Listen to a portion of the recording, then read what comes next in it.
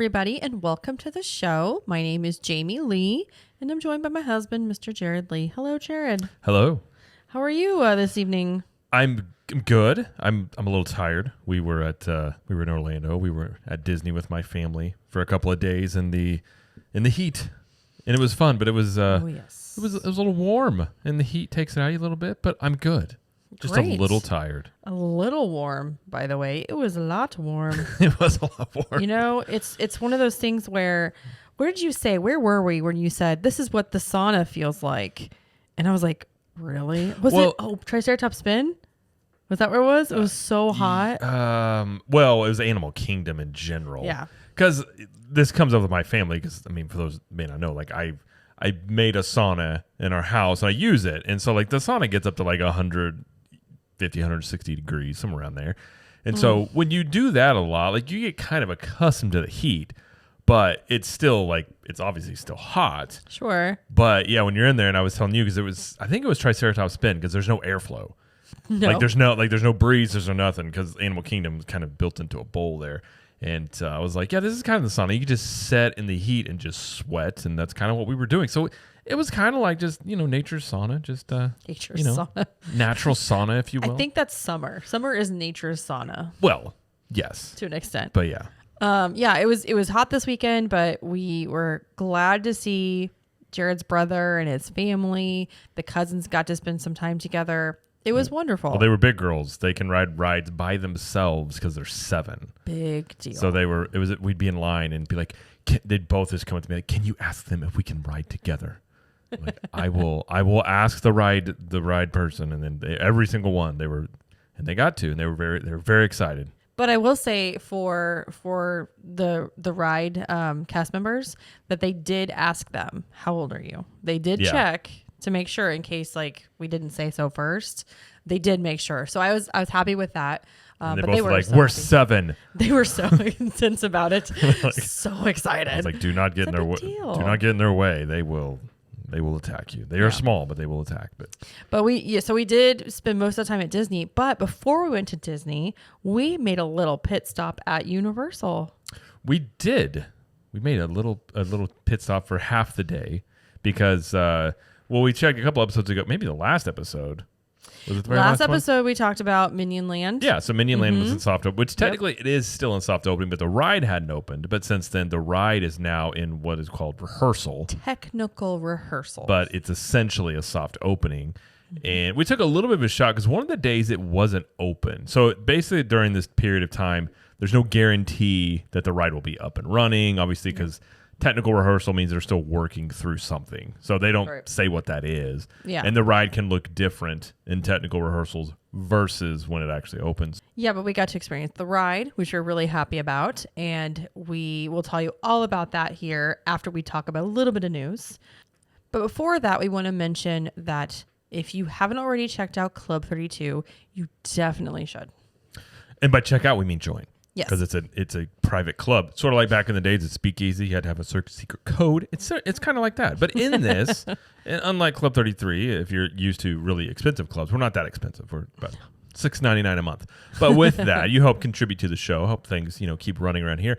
And we give you extra content. We have live streams like Cool Kids Kitchen, Club 32 Speakeasy, the Club 32 show, which is a live stream every Tuesday where we just chat for at least an hour.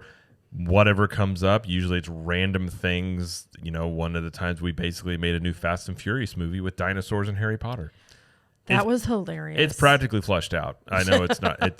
It may need a little tweaking, but I think it's pretty much ready to go. You're a dinosaur, Harry. Don't tell him the tagline. That's my favorite. That made me laugh for a long time, actually. You're a dinosaur, Harry. It was great. But yes, so all sorts of inside jokes like that as well. Plus, you get 20% off of CTM apparel and 1901 Candle Company products, private Facebook group, a private Discord, and we have we brought back CTM at the movies. We'll be doing watch parties of 90s sitcoms, of Disney themes, and some Universal stuff we'll throw in there as well. So all in all, it's a really great time, and we get to interact more in there because as everything else has grown, that's our little spot where we hang out with a little less people and a little less traffic, and kind of just give you some behind the scenes footage as well and everything like that. So if you're curious about joining there, you go to ctmvip.com, and we have monthly or yearly options, and you can even do a free trial if you'd like. And if you want to do a yearly, you get a free t-shirt. So either way, you can check it out. And if you have any questions, you can always reach out to us on social media or email us at hello@ctm.show. So again, that is ctmvip.com if you want to go check that out. Thank you very much. You're welcome. All right, so let's talk about some news before we talk about Minion Blast. We have two major things that were announced this past, I guess it's been the past 2 weeks. The first thing we're going to talk about is that we have an official announcement for the former Woody Woodpecker's Kid Zone area at Universal Studios Florida and what it will actually be. Yes, so this is an area that, when did this go under construction? January. Okay. January, yep. Yeah, and so as Universal tends to do, not a lot of details when it went down. You just knew it was getting some sort of revamp, and the rumors were around, and we kind of maybe what happened here is basically kind of what we thought would be the case. But right. Universal said next year, Universal Orlando Resort will debut an all-new themed land featuring DreamWorks Animation's beloved animated characters. As guests step into this new land, their imaginations will run wild as they take in vibrant colors, sights, and sounds that surround them. They will share special moments with their favorite characters like Gabby from Gabby's Dollhouse and explore themed interactive play spaces and attractions that bring popular franchises like Shrek, Trolls, and Kung Fu Panda to life in the most imaginatively fun ways. The new DreamWorks land coming to Universal Studios Florida is a part of the collection of new entertainment experiences debuting at Universal Orlando Resort in 2024 and is a continuation of Universal's commitment to rich storytelling that places guests of all ages in the most incredible and immersive environments. And it says, stay tuned for more details, which will be revealed in the future. Yeah, so we know for sure it's going to be based on DreamWorks animation, which we kind of knew already because Universal likes to put construction walls up and have like different pictures and stuff on the construction walls that give you hints about what it's going to be. So for like Minion Land, we knew it was going to be a Minion theme because Minions were just all over it. Right. And so it's not a really like deep secret here, but this is just a solidifying the rumor that this is going to be DreamWorks. They released some concept art, which you can see a Shrek and a donkey meet and greet, which there have been many of those in different places. I think it's the same concept that they're keeping, though. Yeah, it's like where Donkey talk. There's somebody, usually it's like a stand-up comedian. Yeah, I mean, it's a very popular. Yes, and I think that's why, because it's a fun interactive meet and greet. Yeah, and like you see the sign that says DreamWorks on it and some characters, and then you see the meet and greet with Shrek and Donkey, and then behind it you can see a Trolls themed coaster. So this is the same space that Woody Woodpecker's Nut Coaster was in. So it's kind of assumed that they're not going to demolish that. They're going to keep that and just re-theme that coaster, which is fine. Well, part of the track is down. They took it off, so I'm wondering if they're going to make that longer because that coaster was extremely short. It's pretty short. I mean, maybe 30 seconds. Okay. It wasn't very long. Yeah. So part of me wonders if they're going to extend it out where the Five-O's Playland area was. Maybe. And like take it out into there and make it maybe more like Flight of the Hippogriff level. Maybe. I hope so, because it was a very short coaster. Well, they do mention, like you said in the statement, that will have interactive play spaces. So that makes me think that they're going to have something similar to what Curious George Goes to Town area was. You know what I'm talking about? Right. They might have something similar to that, but just maybe make it a little bit smaller. The area was very big. And I don't think it get utilized as much. It was a huge footprint back Yeah. there. And I said before they even announced this, I mean, the assumption has been they were going to redo the Kid Zone for a while because, again, I mean, it's 2023. How many kids know anything about Curious George? And some Curious George, but Woody Woodpecker, not right. so much. Five-O Goes What? I mean, a lot of these, like, I know some of these, but kids today, like our kids really don't know who those things are. Yeah. Most kids don't. So, but you would be shocked because whenever, during COVID, the Curious George place wasn't open. Right. And then they reopened it not that long ago, maybe a year. Maybe. Yeah. And you realize how huge that is because it had multiple play lands. It had a splash pad. It had you could go in there and shoot the balls in there. They had the shooting guns. That thing was 2 stories tall. Like, it was a lot of space. So you look at that and like, I don't know if they're going to put an attraction like a ride back there. It doesn't sound like they are, but definitely got a lot of space to work with. Oh yeah, and there was also a Destination DreamWorks attraction that used to be in the old Barney attraction, and we actually did that a couple times, and it was basically like at a character. Not really a meet and greet, but the characters came out and did like little dances, like from DreamWorks. And they like rotated on the stage, and you just took pictures with them in front. It was a great idea for like COVID times, for sure. Right. Because you didn't have to get close to the characters. I don't know if they'll keep that or do something different or like revamp it a little bit. I bet they'll revamp it and do something. Yeah. Then that's what made us think too. It was probably DreamWorks because you had so much. It was no secret. Like, Minions was going in the front of the park. Sure.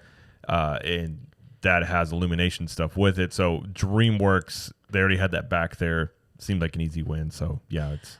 But ET and Animal Actors attractions are sticking. They're not leaving. They're staying. So you don't have to worry about that if you're fans of both of those. I do want to point this out before we move on. In the statement, they say that this land is part of a new collection, or a collection of new entertainment experiences debuting in 2024. Mm-hmm. What else is coming? That's the thing. I think there's going to be, they mention in the statement Shrek, Trolls, and Kung Fu Panda, but that's not all of the. Well, no, that's just for the DreamWorks animation. This part that they're talking about is different. They're talking about like a different area. Right. I'm very curious because there's more stuff. Like, it's a really great question, and probably a theme of what we'll talk about with Minion Blast is I definitely think Universal sees an opportunity and is definitely going after the families, especially with younger kids, because the biggest complaint and from us included that you would have about Universal is there's never been a lot of stuff to do for the littles. Right, and they do mention in the statement again, guests of all ages. Yes, so they're definitely doing a lot to address that, and they have the IPs now where they are popular enough to do some of this stuff. So it'd be really curious to see. Now we probably won't hear anything. The way Universal works. We probably won't hear anything until a few months before it opens, maybe. I don't know. Yeah. They kind of tend to be tight-lipped. They'll give you a little bit of stuff like this, and they'll put some stuff on the construction walls. And outside of, registering trademarks and things like that people see, the filings they do, you don't hear a ton. Yeah. So we'll wait and see. But I'm excited. I think this would be, again, I think it's a great thing. And, I think one of the next ones they should do is over at Islands with the, Betty Boop area and stuff like that. I think. Oh, Toon Lagoon, yeah. Hopefully that gets the same treatment because that for sure I would assume is high up on the list of redos eventually. It suffers from the same problem that the Kids Zone did. So absolutely, I could see them definitely doing something with it. I don't see immediately though, because especially in the summer, that area is pretty popular with the water rides because that's the only area. Yeah. With two big water rides. And I don't imagine they would do a lot over there. Again, Islands is definitely more of the, I would say, teenager crowd anyways, more thrilling stuff. Mm-hmm. But I would say within the next 5 years, I would have to imagine Toon Lagoon would see some sort of maybe revamp or at least a re-theme, even if a lot of the stuff stayed the same, just a re-theme of it. Yeah. Maybe. Just a guess, though. Well, I'm excited about DreamWorks Land coming. So our kids are going to love it because they love Trolls. They love, yes. even though that she's never seen Shrek, our daughter's like into Shrek, which is weird. I'm and like, well, what? and the rumor is there's going to be new Shrek movies too. Yeah. And they may very well be potentially adding something. Maybe they're waiting for a Shrek movie announcement and then announcing this along with it. Yeah. Is potential. And more characters is also good because both our kids, they don't even have to know what the characters are. They're excited to see characters. Literally, like they don't even care who it is. They're like, oh my gosh, it's a character. Let's go take a picture. It's true. Like our son, he has never seen an episode of SpongeBob before. But if he sees a meet and greet going on, he sees them through that window in his shop, he is very excited. He knows. Which is so funny. That is a picture to be taken. That is exactly. True. Well, and I think even How to Train Your Dragon is DreamWorks as well. And that's going into Epic Universe. Mm-hmm. So between Illuminations and DreamWorks, I think Universal is definitely taking advantage of IPs that they have. One that they haven't mentioned here, but they do have out in Hollywood, which makes me think there could be something coming with that is Secret Life of Pets. Yes. That's what I was thinking too. They have that ride out there. So I would love it if they brought that ride over. I don't know if they will, That would be but cute. that would be great because I've seen video of it. And I think kids would love that because again, it's dogs and cats and stuff like that. So. Yes. Okay, so let's move on to the next story, which is the last one we have actually, is there is another house that has been announced for Halloween Horror Nights 32, and this one is Stranger Things 4. Yes, so they have announced the Stranger Things 4 house, which we heard rumors of, so we're not too surprised by that. Yeah. And they kind of announced this with merchandise available in the parks. Yep. With this. I have never watched an episode. Well, actually, I take that back. I've watched like half of an episode of Stranger Things season 1. And I just never really got into it. So I'm thinking I'm going to have to start watching some of it to understand the house. Stranger Things season 1 is really good. Okay. It's almost like a great mix of nostalgia. It's got a little bit, like I don't like horror stuff. I've talked about this on the show many times, but it's like a light mix of, I don't know, as much horror as it is very suspense or thriller with nostalgia from the 80s, things like that. So season 1's great. I never watched season 2 and 3, but I heard really good things about season 4. So I definitely think we probably need to watch those. But so.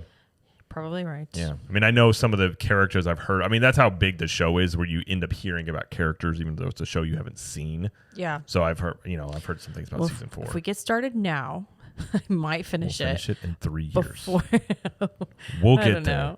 I don't know. I don't know if Jared's going to go to Halloween Horror Nights this year, but I'm going. So you're for sure going to go. I've been trying to make it work with me. It just depends a lot on schedules and with the kids. Mm-hmm. So if it's available, I will. Even though I've made it known it's not my thing, I will go if I'm able to go. But out of either one of us to go, if it's like a one or the other, I feel like you would be the better choice. Simply because I feel correct. Like the potential of me coming away just being like, I hated everything about it.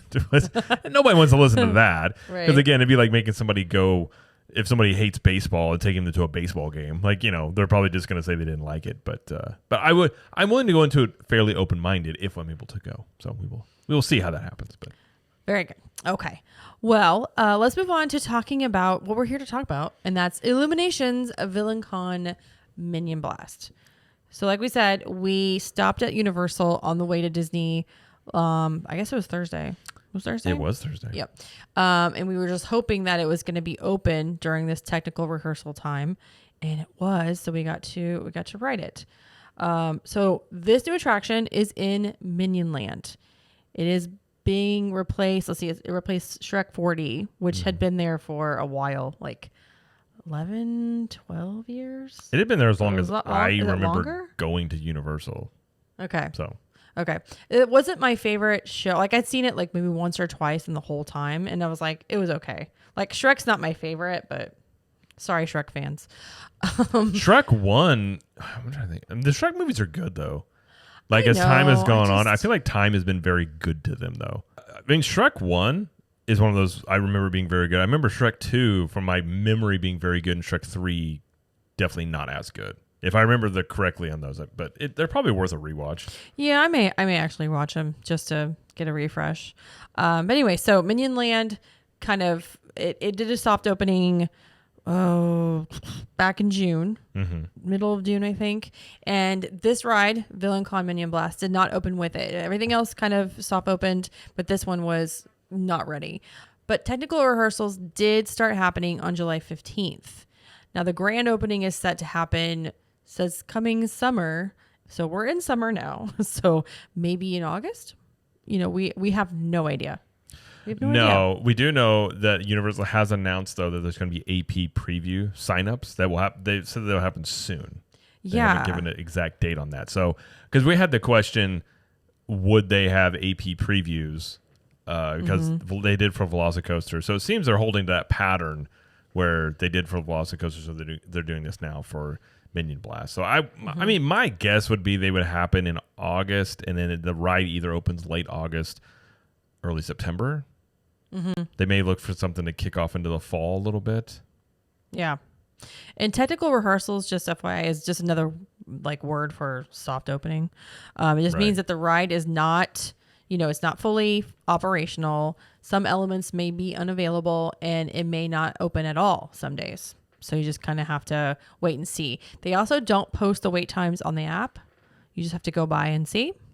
Right. So that's also something, because we were really hoping that someone on social media was going to post if it was open or closed, and we didn't see anything that it was closed. We're like, okay, I think we're good, and it was open. If, for instance, right now, at least when we've ridden it up to this point, in this ride, it's going to tie into the app. They don't have that available at this point. Right. Technical rehearsal. So So once it's fully open, having ridden, I don't know how much would change, but there's some small elements that would maybe look a little bit different. Well, let's talk about what Universal says about the attraction. Yes. So they say, if you've seen the Minions movies, and if you have not, you should, because they're hilarious. But it says, it's so much fun, it's a crime. So you join Illumination's Minions, Bell-Bottom, Jean-Claude, and the rest of the Vicious Six at Villain-Con as you blast your way to super villain stardom. You use your Eliminator X blaster and test your skills in this fun, interactive attraction. Yep, the Vicious Six were first seen in Minions: The Rise of Gru, which you should also see that, by the way. That's a cute movie. That was set in the 70s? Yes. I mean, basically, if you want a backstory for this ride, it would be the Minions movies in general, because Villain-Con is a big part of the first Minions movie. I don't think you have to watch Despicable Me. No, you wouldn't have to. That's why I've seen the Minions movies. Right. The Minion one, that Villain-Con was a whole thing that it ties into, because it even in the movies took place in Orlando. So it fits very nicely. It's almost like they had this planned out. And then they put this into Orlando. So, yeah. There is no height requirement, but all guests must be able to stand on their own. This means that any child that is must be held cannot ride. I believe that's a falling hazard issue. Oh, sure. Like if you have the person, you you don't want to hold somebody be on during the attraction then fall. Yeah. Yeah. And under 48 inches tall must be supervised. The ride is wheelchair accessible, but it is not ECV accessible. So if you have an ECV, you'll have to transfer to a wheelchair. The walkway is not able to accommodate an ECV. Right. Simply said. Correct. Yeah. Yeah. Right. And the reason for that is, so generally speaking, this attraction is a moving walkway attraction.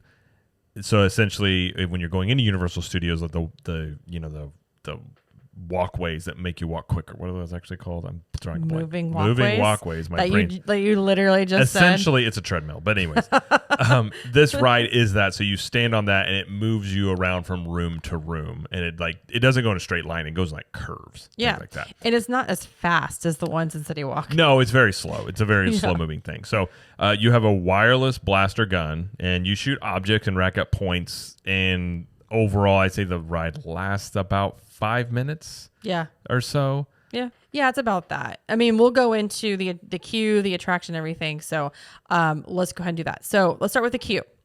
The queue is mostly outside. It is, but it's in the shade a lot. Part of it was. But so we were in a part of the queue. There is an extended queue kind of in the back, and that had no shade. But they weren't utilizing it. Sure. I think if they utilized that, surely they would put, because they had tent type stuff above, and they did a really good job where they had fans out there and you were at least in the shade. And mind you, the day we were there, it was very hot, but you weren't in the direct sun. So I'm hoping surely if they use that extended queue that they would have that shaded. And they had the fans blasting. They did have they the fans, usually do. And they play 2 videos kind of describing the whole concept of Villain-Con. And Villain-Con, just FYI, was first introduced in the first Minions movie as an evil villain convention in the 60s. Before any theme parks were there. That's the whole funny part of it. Right. Yeah. I think it was 1968, I think is what it was. So it was it was before Disney World would have been built. Yeah, the whole thing's in Orlando. So when you're in this thing, it's almost like if you've ever been to a convention on the TVs, they have seminars, find your inner villain, find this, it basically set up you're going into a convention with different workshops, and then the guy talks and what was is it it's a news network that was talking about Villain News Network. Yeah. Is that what it's called? Yeah. VNC is what it's called. Our Villain News channel. Something like that. Yeah. So you see them a lot, and there's a lot of jokes in there, which we won't go into what they are, but I found one that was very funny. You talking about the parking one? The parking one. They did make, yeah. I thought this was a good one. They were talking about, obviously being a villain. Being evil. Yeah, and they said almost as evil as how much Universal charges for parking. Which I think is funny, that they take a little dig at themselves. Because I tell you right now, Disney would never do that. Probably not. But they also play some just like almost like instructional things about the ride a little bit, not as much outside in the outdoor queue, but you also see glimpses of like social media posts, like tweets, like fake tweets from villains in the movies. Villain-Con. Yeah. Well, and some of them are villains from the Despicable Me movies. So I mean, it's just like Easter eggs. It's not that you wouldn't enjoy it. Like if you've never seen any of these movies, you still can enjoy this ride. Yeah. But if you've seen all these movies, there are lots of Easter eggs throughout here that will be like, oh yeah, I'd see different things. So, and like another video plays as you get closer to getting inside that explains how to use your blaster gun, which we'll explain in a minute. Well, and I did think it was cool. They have an infomercial for the blaster gun. Like basically, I think the whole concept of this, you try it out because you can buy it.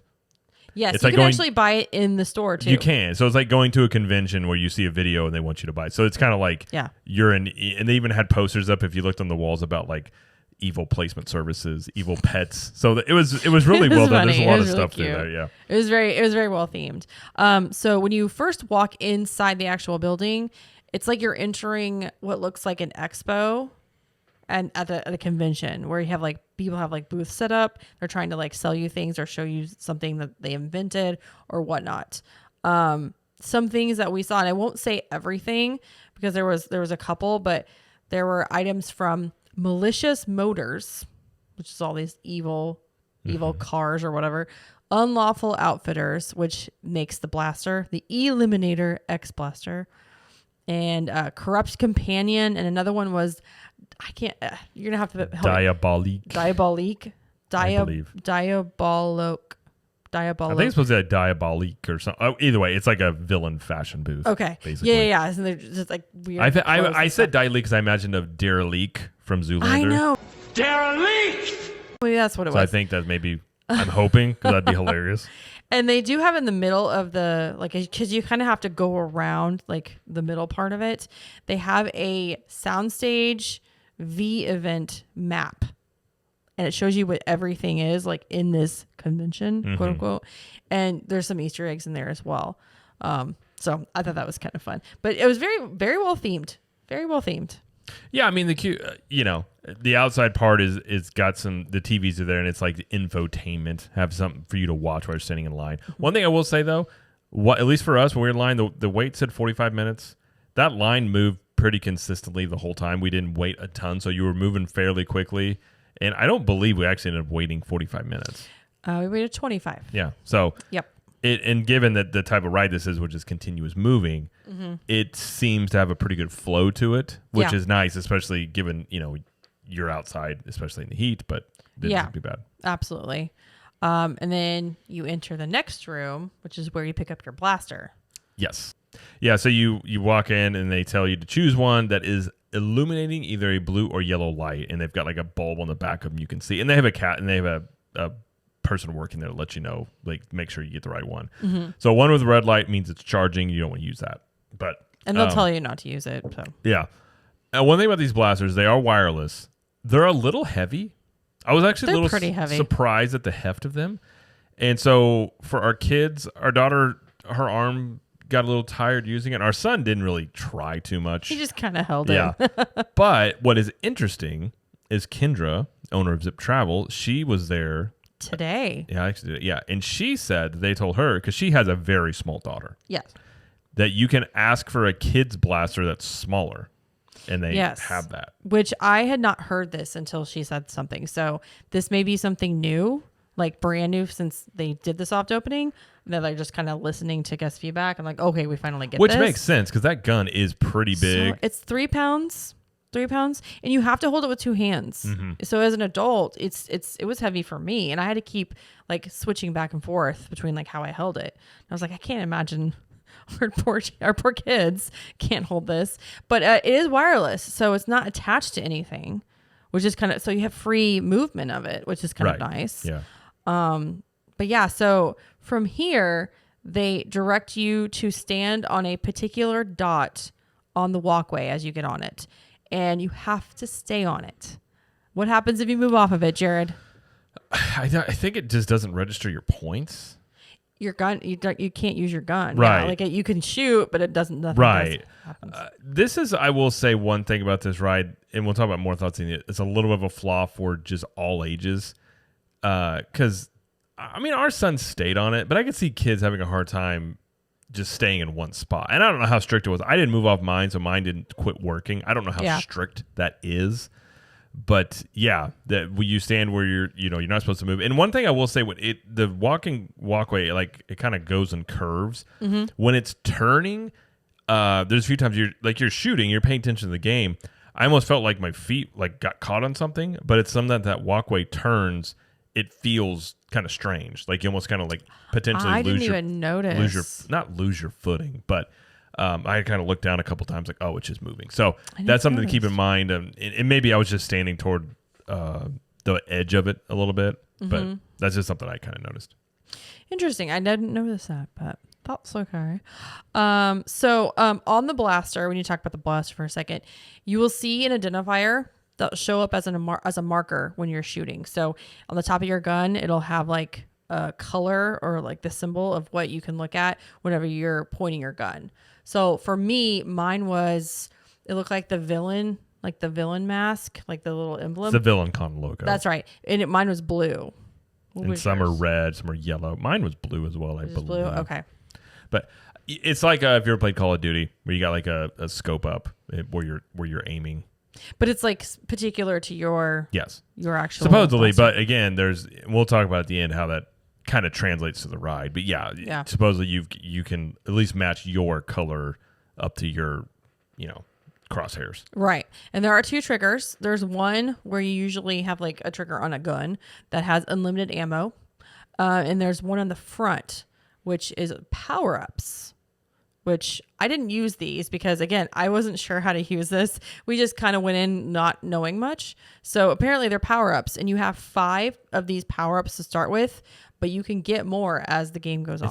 It's basically, if you ever played shooting games, it's like a grenade launcher on a gun. Yeah. You earn points so when you're shooting in here, you're not really shooting at the minions. You don't get any points. Yeah, nothing happens with minions. You're kind of, the whole point of this whole thing is to cause chaos. So you shoot like chandeliers in a room or something holding things up, different boxes, different power-ups. So things are worth different amounts of points. And some of those things you get, I think, are power-ups. Now, they're not really, one thing I will say, they're not super clear about what box does what. So you kind of don't know necessarily what you're shooting for. You just have to figure it out, yeah. Which, again, we'll talk about at the end as well. Like, I like it because it does have a lot of repeatability because it's like a game. Sure. But yeah, so I use the power-up thing quite a bit. So if you're shooting at something, use the power thing, it's going to make more damage than whatever you're shooting at. And I think the bananas are the power-ups, like how you get the power-ups. That would make sense. I think the bananas are the fuel of the minions. So That's true. That would make sense. They really are. So after writing this, I also realized that your blaster will show what kind of ammo you're going to shoot with, where you need to shoot to gain points. So like there are a couple. There are freeze rays, there's force blasts, lightning bolts, and fireballs. Mm-hmm. So if you point at those things, like if in your gun it shows up like a force blast, if you see it on the screen and you shoot at it, you'll get more points. Oh, I didn't notice that. I didn't know that. Again, this is a lot of things that we're learning, and we only rode this once, so we need to do this again. But this is just kind of what we've learned since then and while we did it. Okay, so makes sense. All right. Your points are displayed on your blaster. Do you remember how many points you had? 280,000. Okay. I believe. Mine was definitely under 100 because I was just trying to look at everything and like observe more than I was trying to shoot.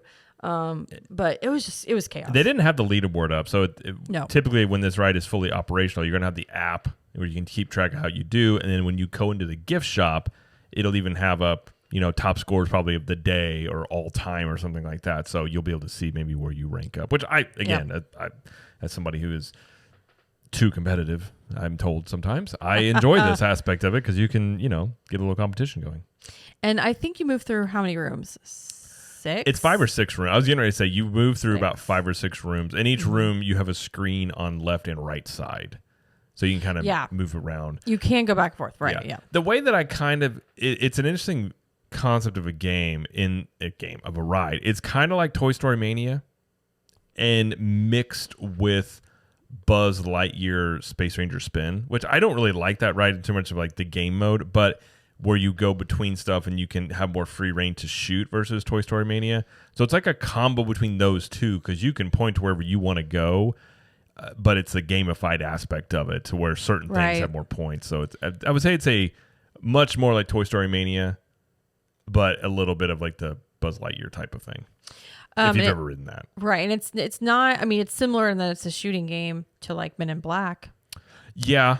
But Men in Black, you're in a ride vehicle. And in Minion Blast, you are the ride vehicle. Right. In Men in Black, you don't really you're shooting at monsters. You don't have like targets to shoot at. Right. Yeah. I mean, it's physical, with Minion or with Men in Black. It's a screen with minions. So. Yeah. Correct. Yeah.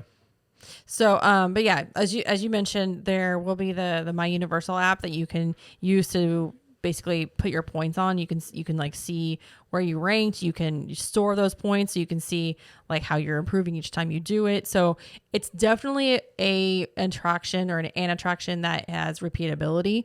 So especially for kids, I'm going to say for kids like 7 or 8 and up, like in the preteen, teen range, I can see this being very popular with them. Well, for instance, the first thing I wanted to do is ride it again because I wanted to, like, once you kind of get the feel for how it shoots. Right. And that's the thing we'll talk about when we kind of want our thoughts, but like you go like, oh, you kind of get it. And it took me about halfway through the ride to kind of really get the rhythm to it. It's like a new video game. Sometimes a video game takes a little bit to figure it out. Now, our daughter done the same thing. She was getting competitive with it as well. So, yeah, for her. Our son, he didn't really care much to shoot. I mean, he kind of did it a couple times, but it's not 3D, which is nice. So the kids, like, you don't have to wear glasses because he was just watching it as like he's just watching a show. Like, he loves Minions. Right. So he was entertained, but he wasn't really shooting. So I think maybe if he had a lighter gun, I think he probably would have because that gun was a little bit too heavy for him. Yeah, I think he was just liking all the funny stuff the Minions were doing. Honestly. Yeah. And they're doing lots of funny things. Yeah. Yeah. So that's as much as we know right now and based on our experience and kind of what we learned after. So initial thoughts about the ride, Jared. I've seen a lot of hate for this ride online. Really? From some crowds, which I'm a little confused by.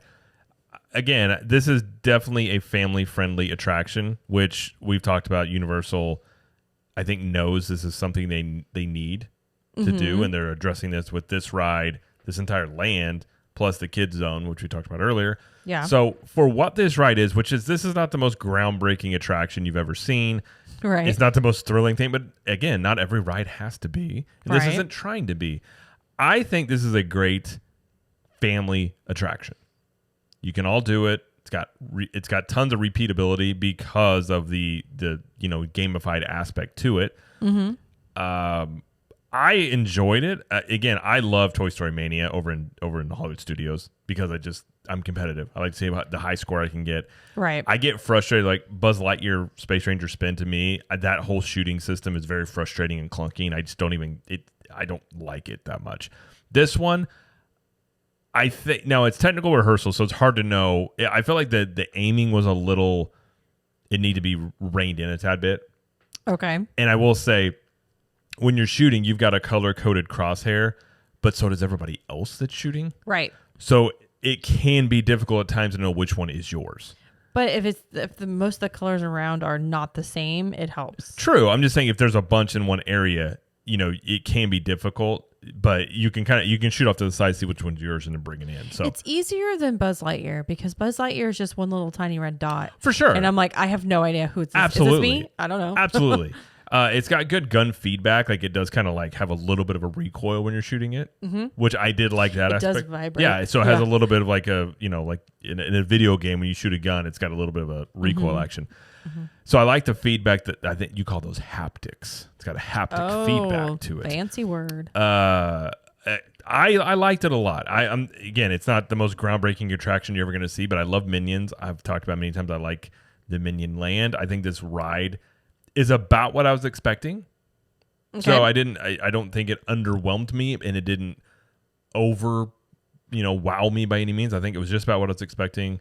I think I could see me, especially at this age, myself and our daughter, riding this again and again to see what score we can get. And I think the fact that you can keep track of it in the app, I love that. Yeah. So you can see that. But what about you? What do you think? I enjoyed it. I thought it was adorable, and it was a good long. It lasted a while. I thought it was a good length. I agreed. It wasn't too short. I was worried about it being too short, but it was. Yeah, I felt like the time you were in there was just good enough. I think that the lines will be longer. Obviously, they're not running Express Pass right now because it's in technical rehearsals. The line is running very consistently, so there's not a lot of stopping and for a long time. It's continuously moving. So I do like that part. I don't like the fact that the guns are heavy, especially for the kids. So that, that's not the best. But in general, I like this better than Shrek. And for sure. I think it's a good addition to Minion Land, to Universal, and the fact that again, it's repeatability. You can do it over and over again, work on your score, so it's going to be popular, and it just fits the theming with the land. I think it's a cute concept, especially since I've seen the movie and I know what they're talking about, which also helps. But it just fits with the land. So you have evil stuff as their gift shop, and then across the way for Minion Mayhem is silly stuff. And it's all kind of linked together. So I think they did a really good job with that. So I have no major complaints at all. The gun being heavy, okay, whatever. But as far as I know, they're doing okay as far as rehearsals. I think there's been some glitches with the screens sometime. I'm sure. So they're working on that. But yeah, once it's up and running and the app is going and you can store your scores, it'll be easier and it'll be cool. So yeah. Now, one thing, I don't think if they keep the tradition like they do on most new attractions, this probably won't have Express Pass for a bit when it opens. Probably not. They usually, which again, this being continuously moving, I am curious as to. I'm sure when it has an official opening, this thing will have a high wait time. But I'm curious at how quickly that will go because, like I said, it said 45 minutes. We were in there within 20, 25 minutes, and we never stuck in one spot for longer than, it seemed like the whole time you're looking at a TV and all of a sudden you're like, oh, you got 10 feet in front of you, you got to move. So it moved, consistently the whole time. But yeah, I agree with you about the guns. It wasn't an issue for me, but admittedly, right. I'm just saying, I could see though for the kids, like our son, it was too heavy. But if you're able to get that smaller gun, even for adults, I'm sure you could opt for that. So I could see that being the main flaw of it. If you're able to get the smaller gun for kids, I think that solves that problem. And yeah, again, for what it is, I loved it. I thought it fit everything great. And it's a great area when you first walk into the park. Yeah. You have one of the biggest IPs that Universal has, which is Minions. And I think that whole area with, you got Despicable Me to the left, you got Villain-Con, Minion Blast to the right, and then you've got all the Minion stuff in there. I think it's a great first impression for people coming in. And then you've got Optimus Prime right around the corner. Always a good thing. Right. So I guess overall we liked it. It was good.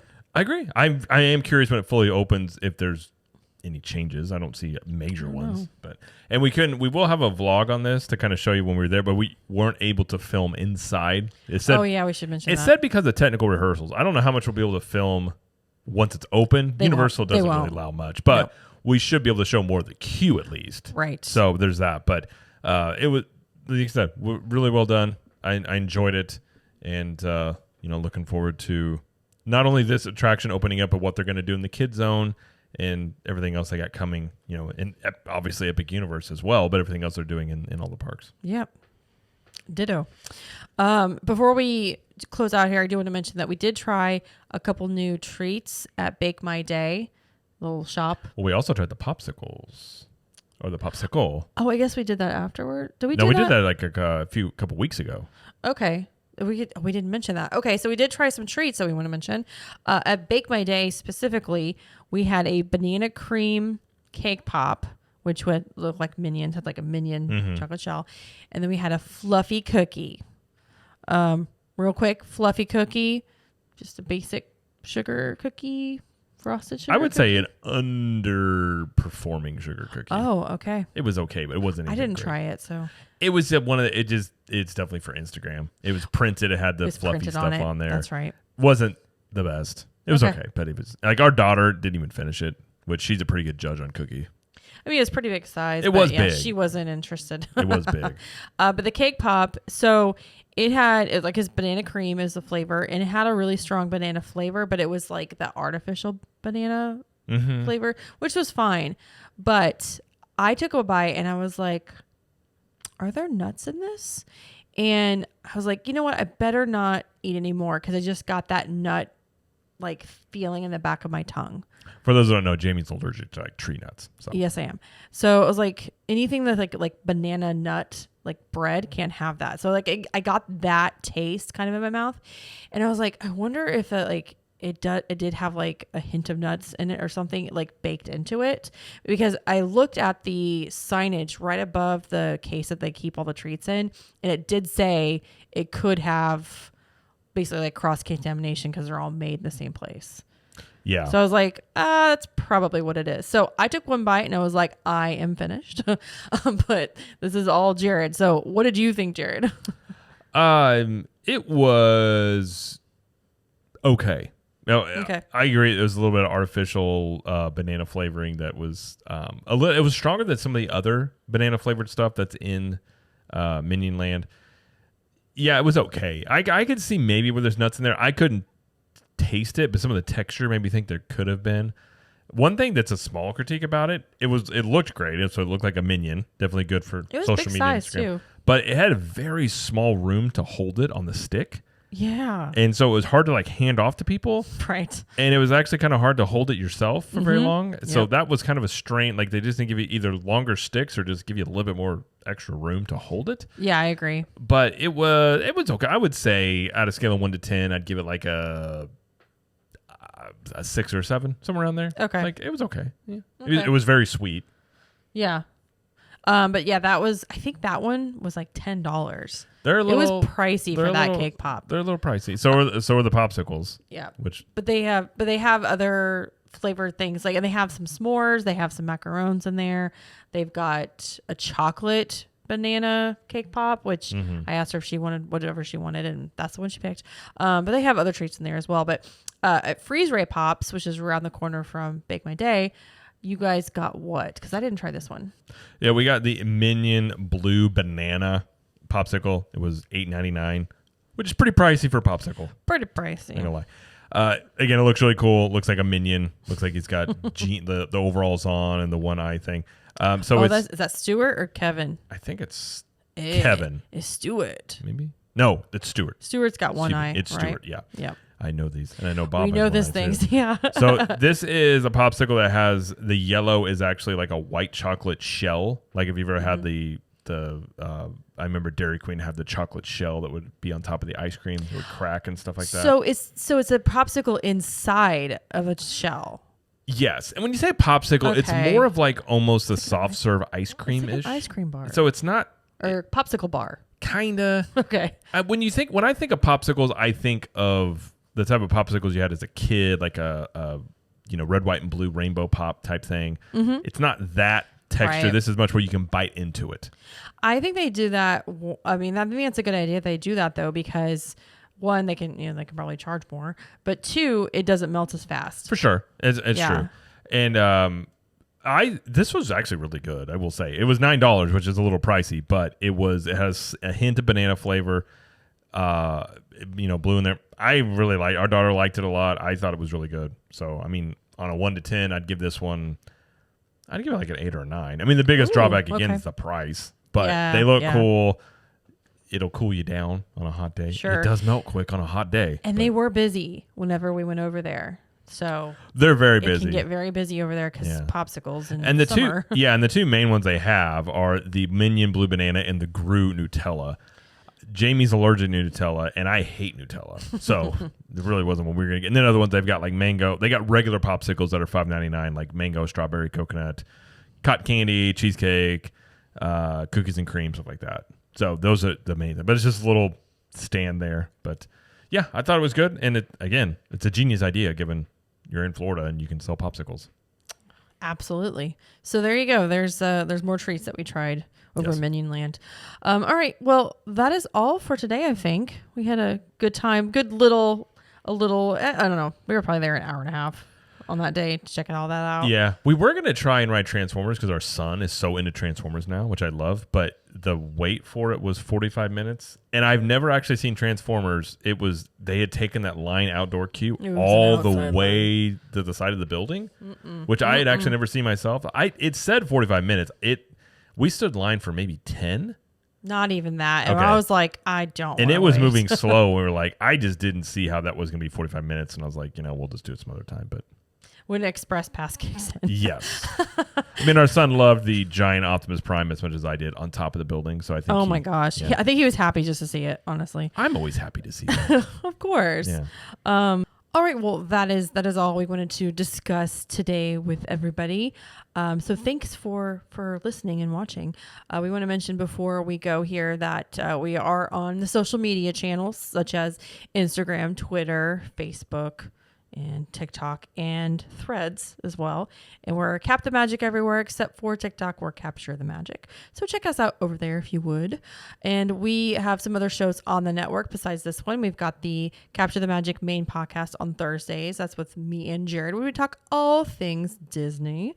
I have Trip Tales, which I do once a month, where I have a guest on that talks about their trip most recently to Disney World or Universal or both.